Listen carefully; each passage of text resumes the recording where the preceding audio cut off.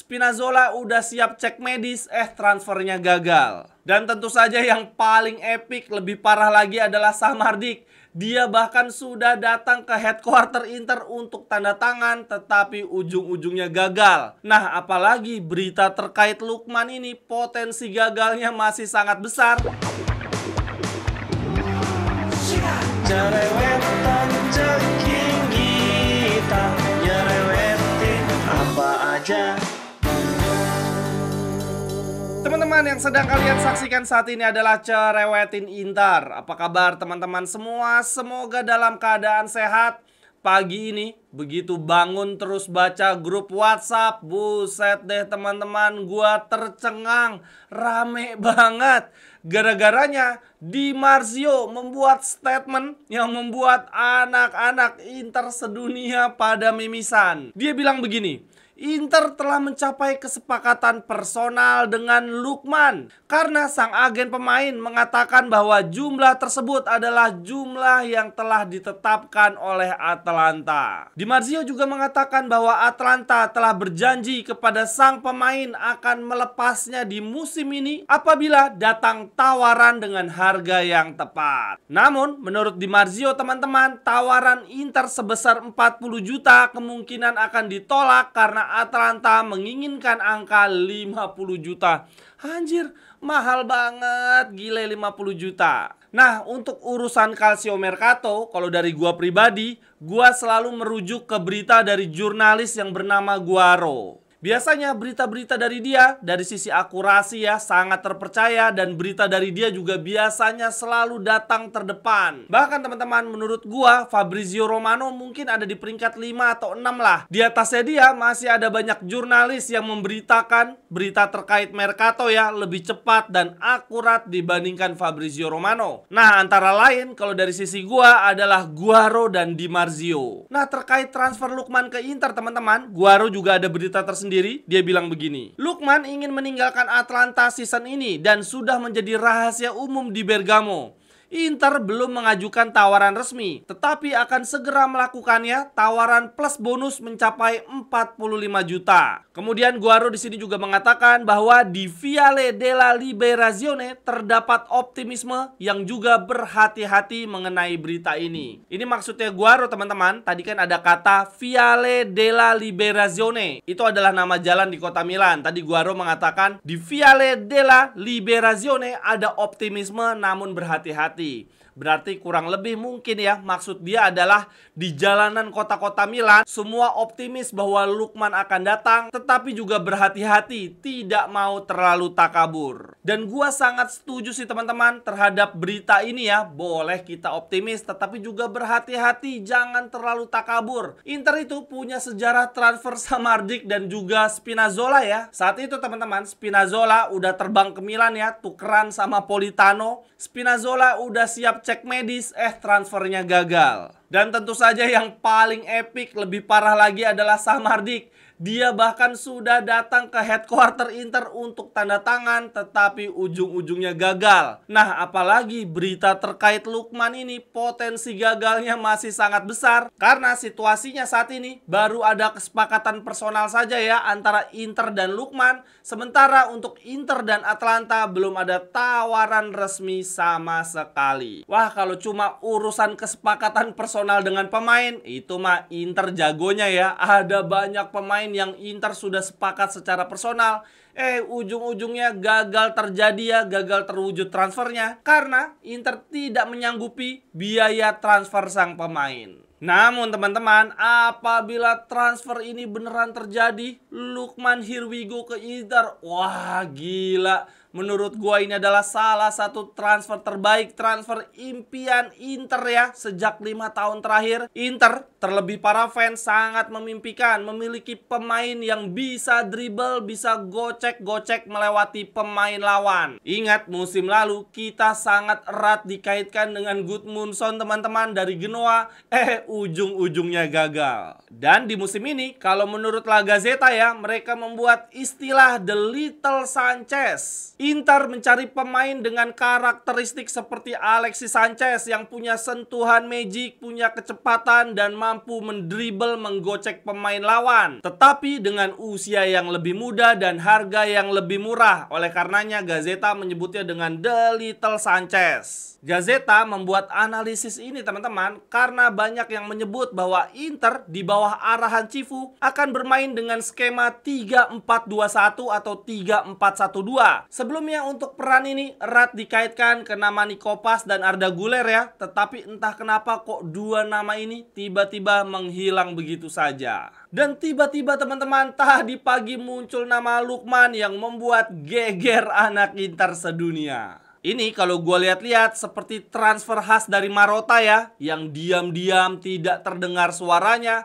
tiba-tiba sat-set dalam hitungan sepekan langsung here we go. Marotta adalah sosok yang tidak suka keributan, tidak suka ada campur tangan media dalam merekrut pemain. Gua pribadi teman-teman tentu saja sama dengan anak Inter lainnya menyambut gembira kalau Lukman beneran bisa kita rekrut. Tetapi kok gua merasa bahwa kedatangan Lukman bukan untuk mengisi posisi gelandang serang kreatif seperti yang dikatakan oleh La Gazzetta. Menurut gua kedatangan Lukman adalah untuk mengisi posisi striker pendamping ya, striker support. Yang mana untuk saat ini di skuad kita sudah ada Marcus Thuram dan baru saja membeli Bony teman-teman.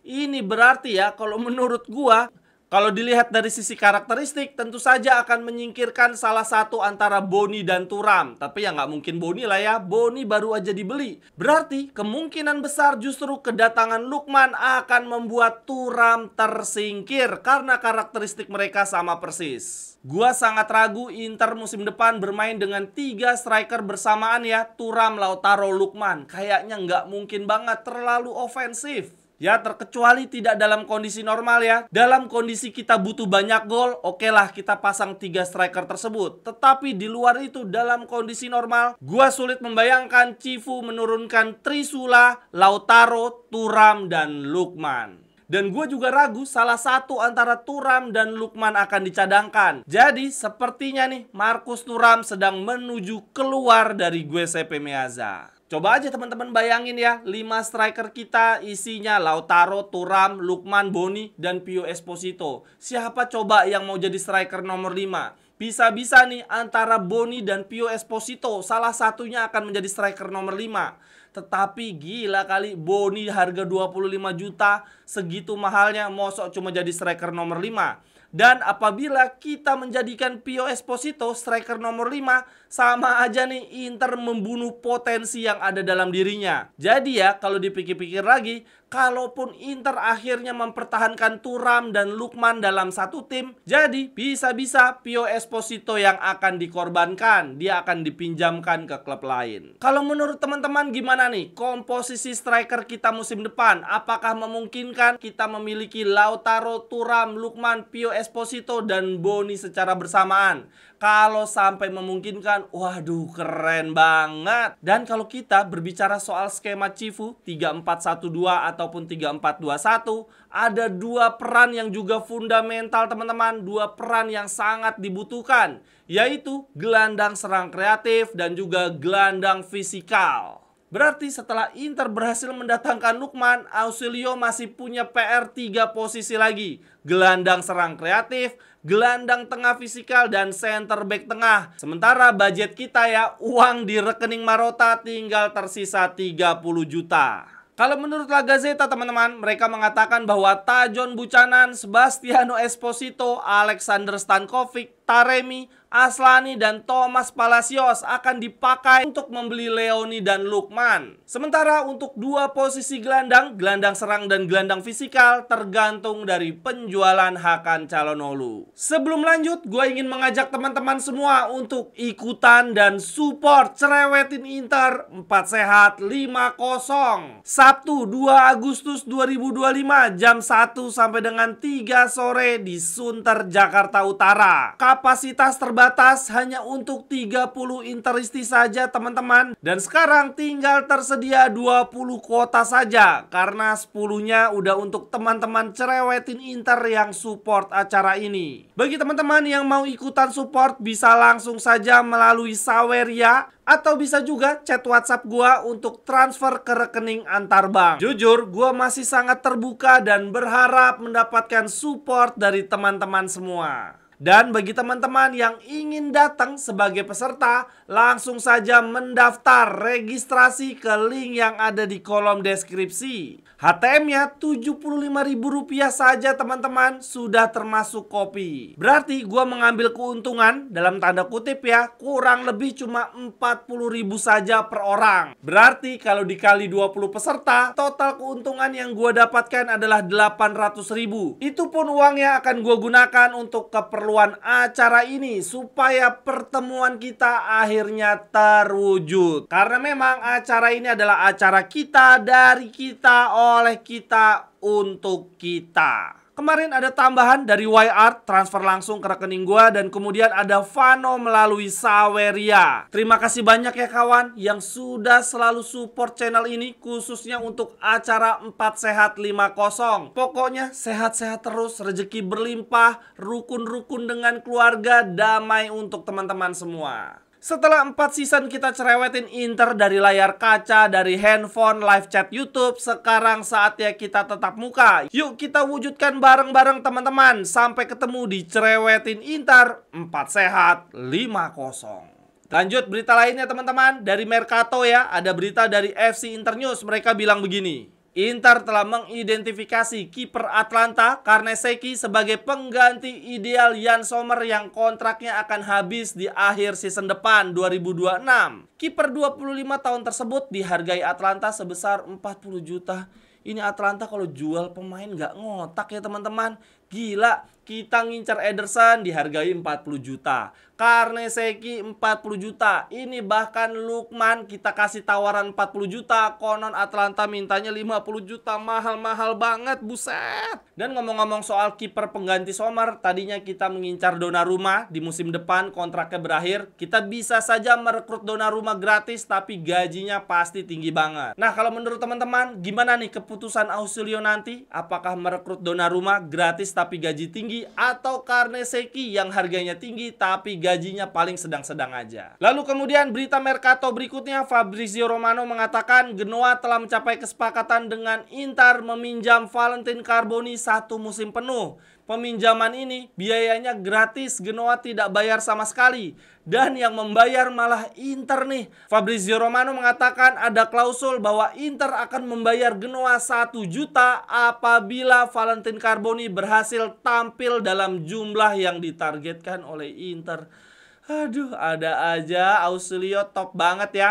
Biasanya sebuah klub minjemin pemain ya antara gratis, tidak keluar uang sama sekali, atau bahkan bisa saja malah mendapatkan uang. Ini Inter minjemin pemain malah keluar uang ya. Tetapi di satu sisi ini menunjukkan bahwa Inter sangat percaya ke Valentin Carboni teman-teman. Inter ingin Valentin Carboni bangkit ya setelah cedera panjang. Oleh karenanya Inter meminjamkan ke Genoa dan bahkan keluar uang bayar supaya Valentin Carboni mendapatkan banyak menit bermain. Sekian dulu untuk cerewetin Inter hari ini teman-teman. Terima kasih untuk yang sudah menyaksikan. Kritik, saran, ajakan kerjasama bisa hubungi gua di link yang ada di kolom deskripsi. Sampai ketemu di cerewetan-cerewetan berikutnya. Bye-bye, thank you.